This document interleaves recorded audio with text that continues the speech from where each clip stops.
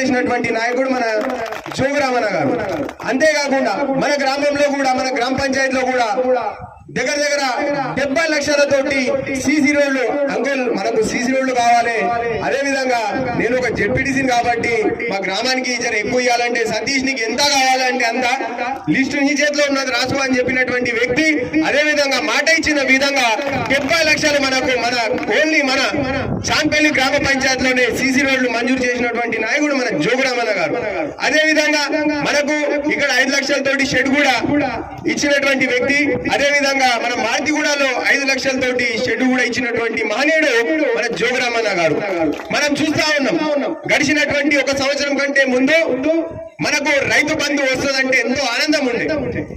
మన గ్రామంలోనే కాదు తెలంగాణ రాష్ట్రంలోనే ప్రజలందరూ చాలా అనుకున్నారు ఏంటంటే ఒక మార్పు కావాలి, మేము మార్పు ద్వారా ఏదో సాధిస్తాం అనుకున్నారు.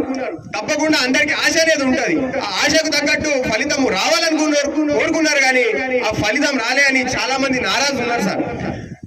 ఏదైతే వీళ్ళు కాంగ్రెస్ ప్రభుత్వం వచ్చినాక 15,000 రూపాయలు రైతు బంధు ఇస్తామని చెప్పారు, కానీ నిజంగా 15 రూపాయలు కాదు 15 పైసలు కూడా వస్తలేవు.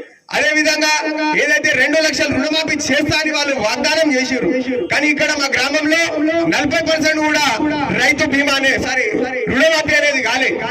అంతేకాకుండా చాలా కార్యక్రమాలు పెన్షన్ కూడా వాళ్ళు పెంచుతామన్నారు.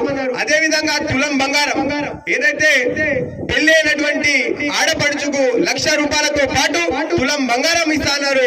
ఆ 1,00,000 తులం బంగారం కూడా అయితే పద్దనే లేదని చాలా మంది నారాజు అవుతున్నారు.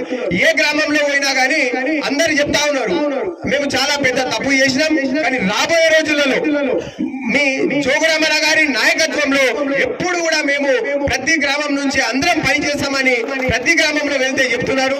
నిజంగా ఇది చాలా ఆనందం ఇస్తుంది సార్. అంతేకాకుండా ఈ కార్యక్రమానికి